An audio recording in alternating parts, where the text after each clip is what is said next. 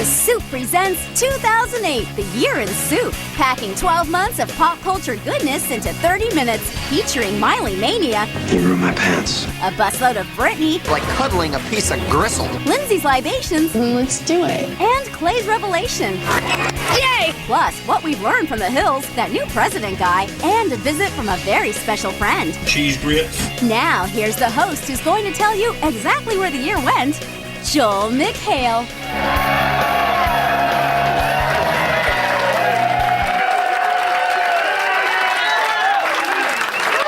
Yes. Thank you. Welcome to The Soup Presents 2008, the year in soup. We're about to take a journey back through time and share some of our favorite stories from the world of pop culture and entertainment news. And when you think about 2008, there's really only one way to kick things off. It's Miley! No. Later. Okay. No, I'm talking about Britney. It's Britney, bitch. Yeah, close enough. This was the year that we killed the golden goose. Sure, we all had our fun with the underwear forgetting, Telly Savalas impersonating, and her impassioned critique of U.S. oil policy. But we all have to take responsibility for driving her completely off the rails and into the hospital in 2008. Anatomy of a meltdown. He got a rare invite inside her house. And it smells great, like flowers. Where did this British accent come from? Why is it taking so long to get cold? Why didn't you pull it up there? The shocking video of Britney Spears hitting rock bottom. It smells great. It's beautiful, man. Later, our cameras go inside Britney's colon to see what's going on there.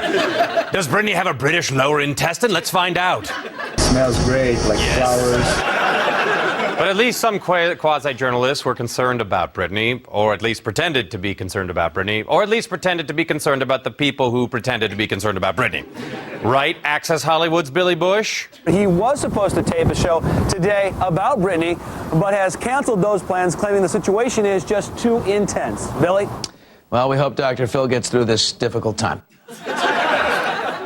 Godspeed, Dr. Phil. We hope the immense burden of exploiting a young woman's pain for a couple of seconds of camera time doesn't crush her spine. And with a little bit of luck, the flames of hellfire licking your toes for ratings-grubbing crap won't cause any blistering. Our prayers are with you, you inestimably selfish jackass. But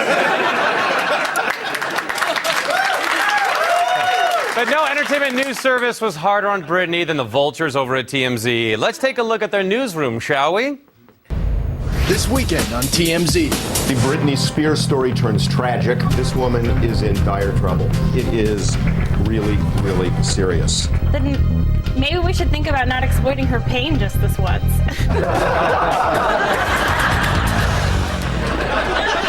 Will, what do you got? I've got a feeling we're all going to hell. I have pictures of Britney making a huge donation to an aid agency that's helping the refugees in Darfur. Ooh. I snuck into her hospital room and I took her bedpan. I'm pretty sure there's still some pee left in it. I love it. We're just going to leave this in her car and see what happens. You've gone too far, Mr. Levin. Too far. Fortunately, with the help of the court system, Britney's daddy took control of her life and turned this shameful performance at the VMAs into this triumphant return to form later this year. I think we got those mixed up. It doesn't really matter. The only difference is 5 pounds and a different outfit. But what was Daddy Jamie's secret? How was he able to take control and turn her life around? We found out on Britney for the Record. I'm ready to go. I'm making my baby some cheese grits. She's been eating them since she was born. She loves them. And I don't have no sprinkled cheese. I'm just putting her mama's old-timey way here, doing it with this Velveeta in it. Breakfast for the champions is cheese grits. Sometimes I leave the cellophane on, gives it a nice sheen, and it heats up. Don't got no sprinkled cheese. In other news of fragile songbirds... It's Miley! No! Close, it's Clay Aiken. This year, Clay made a startling announcement that rocked absolutely no one to their core. Clay is gay. Clay says, yes, I'm gay. Clay Aiken admits he's gay. Yes, I'm gay. But does being gay make Clay at odds with his belief in God? I quote Randy Jackson from his text. I'm so happy for Clay. Now he is free. And Clay Aiken is gay. It's official. He's gay. It's weird. I only thought his hair was gay. That's right. It's official. Clay had his gay notarized and filed with the county clerk. While this didn't come as a shock to most people, we managed to find one person who was surprised by the news. Clay Aiken's bombshell. Why he says he finally came out. Clay says, It's official. He's gay. we're supposed to get married! It was our destiny! Yes, I'm gay. But As if a million voices screamed out at once. I'm just surprised that girl wasn't waist deep in cats. In other coming out news, Lindsay Lohan is maybe kind of gay, sorta, and again, not a single person was surprised or even seemed to care. Well, maybe one. Lindsay Lohan and Samantha Ronson are dating. It's Lohan. It's official. She's bisexual. Lohan likes ladies. Guess who we saw swapping? Oh, information. Los Angeles, California. Lindsay Lohan. Like Lindsay's listed, you moron. That girl's had kind of a roller coaster year. Anyway, it appears that Lindsay's romance with Samantha Ronson has settled her down. After a rough 2007, Lindsay really cleaned up her act in 2008. Or did she? Extra? A friend says Lindsay is learning how to work through her addictions and sometimes chooses to have a cocktail. Lindsay is working hard on her recovery. I mean, sometimes she'll snort the occasion bucket of Peruvian blue, but that's all part of the healing process. What I'm saying is that every once in a while she'll enter a month-long heroin coma, but that's good progress for her, baby steps. But that was early in the year. A few lapses are to be expected. I'm sure she has things under control by now and isn't hiding booze under her desk. Lindsay Lohan. She's supposed to be off booze. But look at this. A bottle of vodka under the table. Plus, is this the worst dog in America? I've got a solution for both of those stories. Invisible fencing. That was an example of the kind of Inside Edition promos we've come to love, but after a while, you begin to see a pattern. Beckham's car crash. He comforts his wife Victoria and the 76-year-old chimp and street vendors caught on tape and all fall down. And before you go to a carnival, just who's in charge of your kid's safety? Then, the baboon that tries to steal a car. Man, it's so cheap to use animals to bolster ratings. You know what I'm talking about, buddy? Yeah. Hey! Woo! What's with the cowboy outfit? You just decided to dress like a cute cowboy today, huh? That's cool. Hey, everybody. Lou's going to stick around for a while. Maybe he'll try on a few more outfits. It's going to be exciting. Anyway, 2008 was a rocky year for celebrity romance, right, buddy? Of course, we can always count on Pam Anderson's annual marriage and divorce. She didn't disappoint, but there were some real shockers in the area of celebrity romance. Take, for instance, Miley Cyrus. Now? It's Miley! That was unexpected. Miley hooked up with country singer and underwear model Justin Gaston. Justin was 20, Miley was 15. As far as I'm aware, Child Protective Services has yet to be called, and Gaston is still at large despite our earnest attempts to bring him to justice. It's still a felony! Yes, you're right. I'm going to hand him off now. Oh, he's clean. But not everyone was as lucky as Miley this year. Paris and Benji called it quits. Jen and John didn't last. And, of course, Guy and Madonna are no longer. But fortunately, the entertainment news media honored their request to keep their troubles a private matter.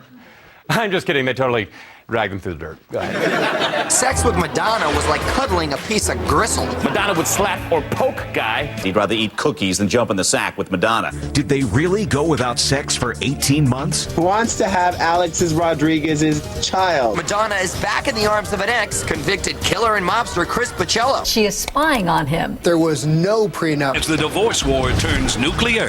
Imagine Guy could work things out. Did Madonna set guys' genitals on fire with a pastry torch? Did guys sacrifice Madonna's Bichon Frise in the ancient Hebrew god Baal's weird ceremony? How much of this crap can we get you to believe? But first, it's raining bears. Yeah, some stories of love and betrayal just won't die, like the Jen-Brangelina triangle. Early this year, a Vanity Fair article in which Angelina Jolie spoke out about the early stages of Brad and Angelie's relationship was published, and Jed had some rather harsh words for Angie. Jennifer Aniston breaks her silence about Angelina Jolie, saying, quote, "That was really uncool." Really uncool. Uncool. It's really uncool. Uncool. That was really uncool. It's really uncool. Uncool. Really uncool. That it was very uncool. Oh boy, Jennifer Aniston calling Angelina Jolie uncool. Yeah, I just read that. Jen also went on the record as saying the atrocities in Mumbai were kind of tacky. Sometimes, though, breakups can lead to happy endings, like Hugh Hefner's. He lost 2 of his 3 girlfriends to a football player and a children's party entertainer. Serious magician. But he had immediately recruited 2 new girlfriends from his strategic bimbo reserves. This time, they're twins. Here's Hef with his soon-to-be ex picking out the twins on E's own Girls Next Door. What a nice girlfriend. You bring me all these beautiful ladies from all over the country. In addition to the cities I went to for the search, I got many submissions from photographers and editors at Playboy, and I had some really strong candidates from there too. There's some twins. Twins. She is into older guys. But somebody should tell Hef they're not really twins. I have an odd feeling we actually doctored that photo. I don't know what. We'll be back with more Miley. You think we are done with her? You what? After all, it is Miley. It's Miley! Thank you. Yeah, it is Miley. Give me the hilarious dressed dog to keep you watching. We'll be right back. It's so cute. Stay tuned for even more Miley, The World According to Audrina, Jeff from Gossip Girl gets raspy, and all the best stuff from 2008. Did Miley bring a Times. Welcome back to the Soup Presents 2008, The Year in Soup. It's Miley Show Clip time. Let's take a look back at this little dynamo who introduced the word tween, which is not a word, into the national vocabulary. It was a huge year for Miley, but it started out on a bit of a rocky note when she posed for some controversial pictures for Vanity Fair. Miley was at first apologetic about the photos, but has since changed her tune, even going so far as to say she was inspired by photographer Annie Leibovitz and, quote, "That's what I want to do with my life. I would love to be a photographer." So be prepared. Somewhere down the line, you're probably going to see a Vanity Fair cover with Nick Jonas wearing only a sock on his junk. Longest setup in Soup history. Not everything was so controversial for Miley this year. She turned 16, and judging by the press coverage, this is the first time any girl has turned 16 ever. Miley's star-studded birthday blowout? Happy birthday, Miley! 16 means it's time for a set of wheels. Are you gonna get her a car? I want a Mercedes. She'll get a car. Did Miley bring a date? Dude, I can't believe this is your sweet 16. A giant birthday cake. The lavish gifts. 6,000 of her closest friends. Yay! She even got a pony! Well, it was a pony fillet. She likes her pony rare and dripping with blood. Ryan, what did you say? Did Miley bring a date? You're part of the problem, dude. Miley had a very special guest at her party, and the insider showed us she was perhaps the only person in the world who could even attempt to overshadow Miley's special day by making it about herself. Guess who? It's Tyra! I gave her something very special from my heart. I actually gave her a picture of me when I was 16 years old. Tyra's photo is also good for scaring away coyotes. That is such a weird gift. You don't even know. So she had some pictures taken, and she had a birthday. Doesn't sound like much of a year, does it? That's what I thought until I sat down for a chat with Miley. I warn you, what you're about to see is shocking.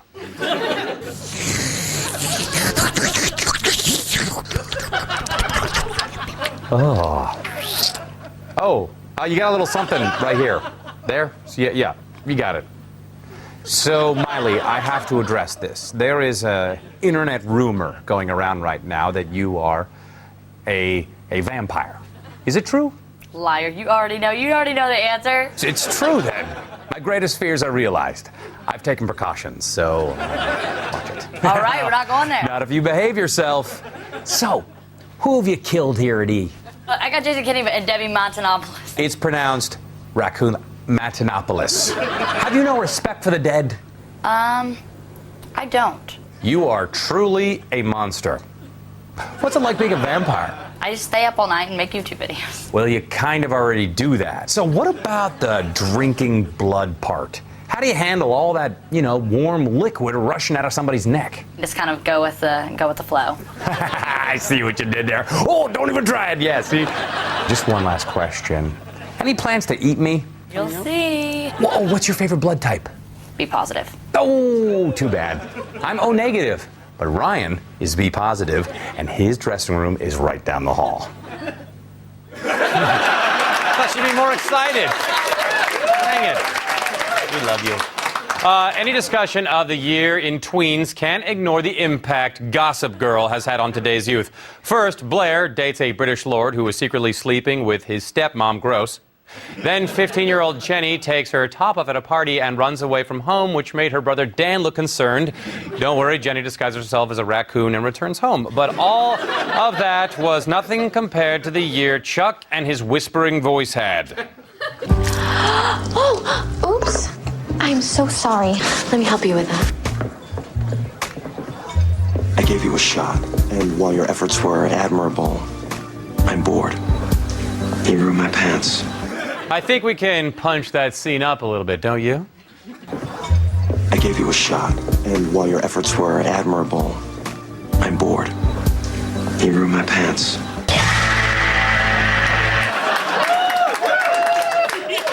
You're pretty good, Bass, but you're not Horatio Kane good.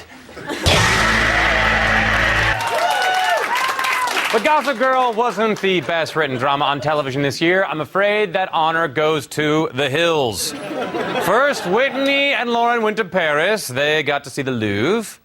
I love that there's feathers. And the Eiffel Tower. I love that there's feathers. And their minds were broadened beyond all the pettiness and small-minded invective that Heidi and Justin Bobby and Spencer... You love feathers. Yes. Okay, fine. Okay, they somehow came back even shallower than when they left. Then stuff happened with their fake jobs. Spencer's creepy flesh-colored beard was on the cover of People magazine's creepiest flesh-colored beard alive issue. And Lauren and Audrina and Lo decided to move in together. Then Stephanie betrayed Lauren by going on a date with Too Boring for the Show Doug. Audrina betrayed Lauren by believing a rumor that Lauren had fooled around with Justin Bobby. And Fredo betrayed Lauren by helping Hyman Roth organize a hit on her. I know it was you, Fredo. You broke my heart. Feathers. Oh, yeah, and these two got fake married, and for some reason, people real cared. Yeah. Perhaps the most important scene on the show, nay, perhaps the most important piece of television ever, came from the Lost scenes wherein one of Audrina's coworkers attempts to describe an advanced particle accelerator, which was kind of mean of her. Do you know the world's supposed to end? They just started this, in Geneva, this particle accelerator that's 300 feet underground, and they are smashing particles into each other, trying to create black holes. Why are they doing that? Because they want to figure out how we're here. They want to prove the Big Bang, and that matter can come out of nothing.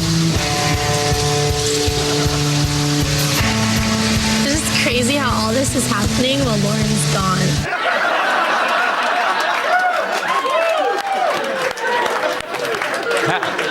After a while, my cat realized that she'd never catch the laser pointer and just gave up. Never give up, Audrina. We'll be right back. Hold on for Tyra's thoughts on the presidential race and a visit from the biggest star of 2008. I have a very sensitive stomach. Thank you for watching The Soup Presents. I know what you're thinking. These people make great TV programs. I bet they also make great holiday gifts like bottle openers. Well, we do. It even talks. We put more money into this than goes into our own show. You can go to our website at shop.eonline.com and see more modern marvels like t-shirts in a can and coffee mugs that hold coffee, tea, or urine. Our engineers never rest. That's the shop at eonline.com. Yes, welcome back. The Soup presents 2008, the year in Soup. Hey, did you guys know we elected a new president this year? Yeah, I totally missed it. Apparently it went well for this guy. And who better to mark that historic event than Tyra Banks on her own daytime talk show. Obama was the first presidential candidate that came on this talk show. After I finished that show, a lot of people know that I have a very sensitive stomach.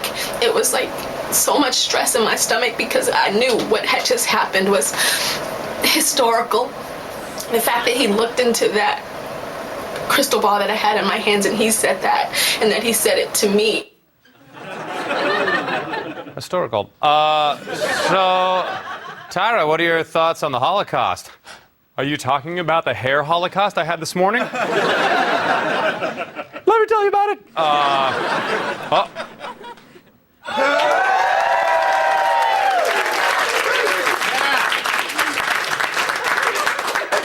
What?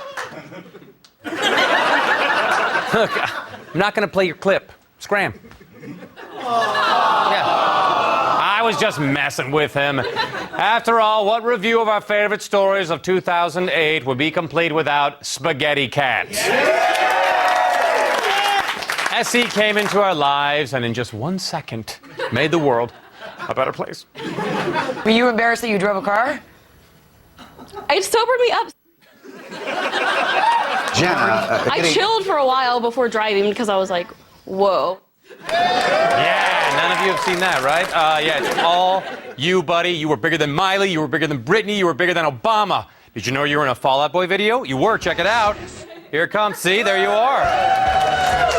I'm sorry, I knew you were open for Radiohead. And look, some YouTube lunatic wrote this song about you. Spaghetti cat, it's all I can do. Spaghetti cat, to keep from falling apart. Spaghetti cat, 'cause you're breaking my heart. How do those guys have a bigger production budget than us?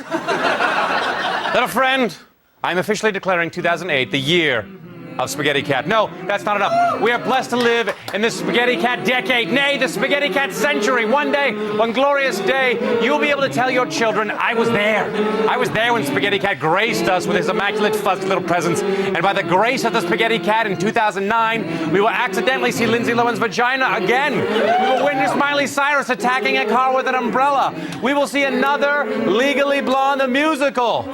Yes! Can I get an amen?